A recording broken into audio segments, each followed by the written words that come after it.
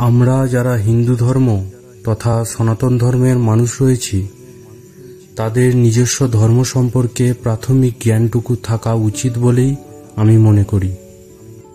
হিন্দু ধর্ম তথা সনাতন ধর্ম।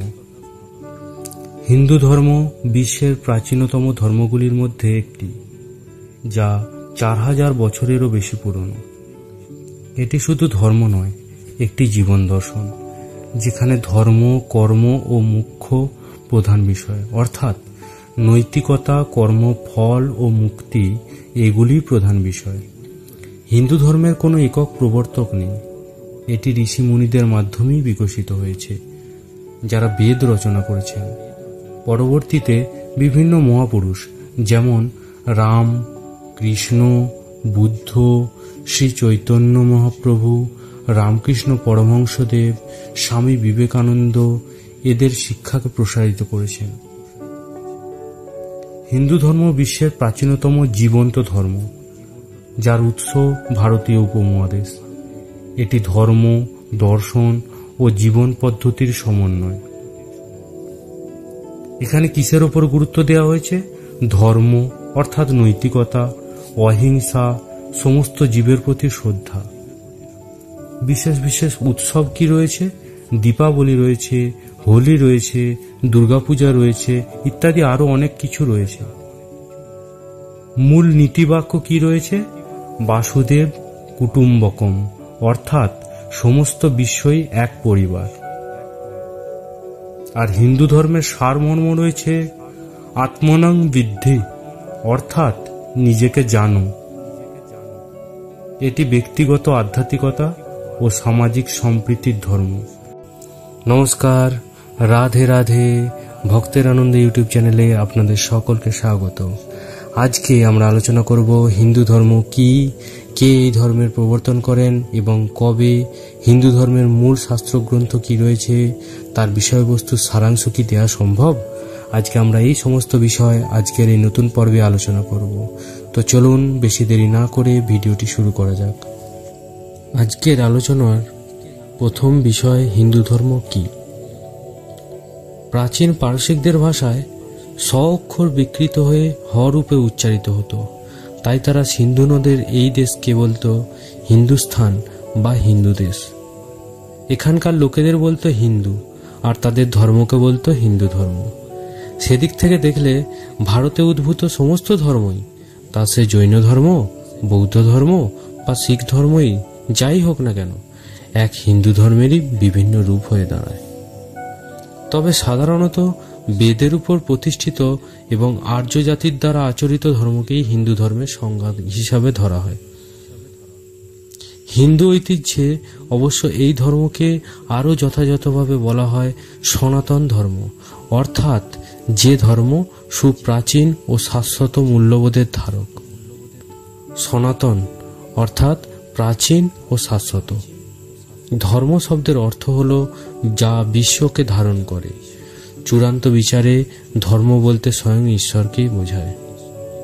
তবে গৌণ অর্থে মানুষকে ঈশ্বর উপলব্ধির দ্বারে পৌঁছে দেয় আধ্যাত্ম সাধনার এমন যে কোনো পথকেই ধর্ম বলা যেতে পারে।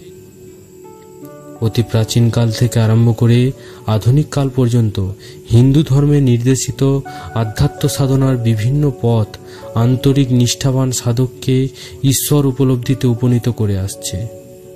ভবিষ্যতেও যে করবে তা সুনিশ্চিত। সেদিক থেকে সনাতন ধর্ম নামটি খুবই উপযুক্ত। চলুন এবার আজকের এই পর্বের দ্বিতীয় বিষয়, অর্থাৎ কে হিন্দু ধর্মের প্রবর্তন করেন এবং কবে করেন, সেই সম্পর্কে জেনে নেওয়া যাক। পৃথিবীর অন্যান্য ধর্মের সঙ্গে হিন্দু ধর্মের প্রভেদ এখানেই যে কোনো বিশেষ ঈশ্বরাদিষ্ট ব্যক্তি এর প্রবর্তক নন, বা মানব ইতিহাসের কালপ্রবাহে কোনো বিশেষ লগ্নের উদ্ভব হয়নি। এই ধর্ম দাঁড়িয়ে আছে এমন অগণিত সাধু, সন্ত ও ঋষির অতিচেতন অনুভূতি ও আধ্যাত্মিক উপলব্ধির ওপর, যাদের প্রত্যেকেই ঈশ্বরাদেশ প্রাপ্তরূপে পরিগণিত হবার যোগ্য। এ হলো হিন্দু ধর্মের এক অনন্য বৈশিষ্ট্য। হিন্দু ধর্মের সুদৃঢ় ভিত্তিস্বরূপ এই আধ্যাত্মিক অনুভূতিসমূহ আমরা যাচাই করেও নিতে পারি। গঙ্গা নদীর মতো সহস্র সহস্র বৎসর ধরে এই ঐতিহ্যের ধারা প্রবাহমান। সেই কারণেই এই ধর্মের নাম দেওয়া হয়েছে সনাতন ধর্ম। এরপর আমরা আলোচনা করব আজকের তৃতীয় বিষয়বস্তু তথা শেষ বিষয়বস্তু, হিন্দু ধর্মের মূল শাস্ত্রগ্রন্থ কি, তার বিষয়বস্তু সারাংশ দেওয়া কি সম্ভব এই বিষয়ে। চলুন সে সম্পর্কে জেনে নেওয়া যাক। হিন্দু ধর্মের মূল শাস্ত্রগ্রন্থ হল বেদ। বেদ শব্দের আক্ষরিক অর্থ হল জ্ঞান। বেদের অন্যান্য প্রচলিত নাম রয়েছে, যেগুলি হল শ্রুতি, আগম ও নিগম। পরমেশ্বরের করুণায় বেদ ঋষিদের সত্তার গভীরে স্বতঃস্ফূর্তভাবে উদ্ভাসিত হয়েছিল, তাই বেদকে বলা হয় অপৌরসেয়, অর্থাৎ এমন কিছু যা মনুষ্য রচিত নয়। এই বেদের সংখ্যা হলো 4। সেগুলি কি কি? সেগুলি হলো ঋগ্বেদ, যজুর্বেদ, সামবেদ এবং অথর্ববেদ।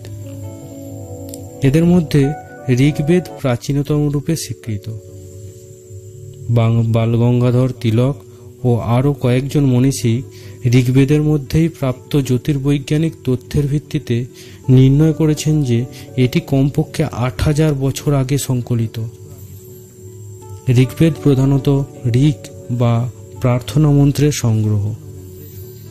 যজুর্বেদের মুখ্য আলোচ্য বিষয় হল যজ্ঞ সংক্রান্ত আচার অনুষ্ঠান।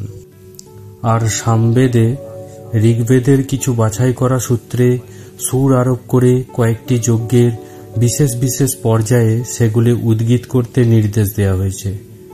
অথর্ববেদ হল প্রধানত নীতিতত্ত্ব এবং তার সঙ্গে আয়ুর্বেদ প্রভৃতি বিজ্ঞানের কিছু কিছু বিভাগের একত্র সংকলন। পরম্পরা অনুসারে 4 বেদের প্রত্যেকটি আবার 4টি অংশে বিভক্ত: মন্ত্র বা সংহিতা, ব্রাহ্মণ, আরণ্যক ও উপনিষদ। সংহিতাগুলি ইন্দ্র, বরুণ, বিষ্ণু প্রভৃতি বিভিন্ন বৈদিক দেবতার উদ্দেশ্যে রচিত প্রার্থনা মন্ত্রের সংগ্রহ। ব্রাহ্মণ সমূহে রয়েছে বৈদিক যাগযজ্ঞের প্রকরণ পদ্ধতির বিবরণ। আর আরণ্যকের মধ্যে আছে অরণ্যে অনুষ্ঠিতব্য যজ্ঞভিত্তিক বিভিন্ন ধ্যানের বর্ণনা। উপনিষদগুলি হল দার্শনিক নিবন্ধ, এদের উপজীব্য বিশ্বব্রহ্মাণ্ডের অন্তরালবর্তী সত্য বস্তু, মানুষের প্রকৃত স্বরূপ, জীবনের উদ্দেশ্য ও সেই উদ্দেশ্য সাধনের উপায় প্রভৃতি বিষয়। এখনো পর্যন্ত যারা আমার এই ভিডিওটি দেখলেন, যদি আমার দেয়া তথ্যগুলি আপনাদের কাছে একটুও ভালো লেগে থাকে তাহলে অতি অবশ্যই একটি লাইক করুন এবং পাশে থাকা বেল আইকনটি প্রেস করে আমাদের সাথে জুড়ে থাকুন এরকম আরও ইনফরমেটিভ নতুন ভিডিও পেতে। আজকের মতো এই পর্যন্তই। আবার দেখা হবে অন্য কোনো দিন অন্য এক পর্বে। রাধে রাধে।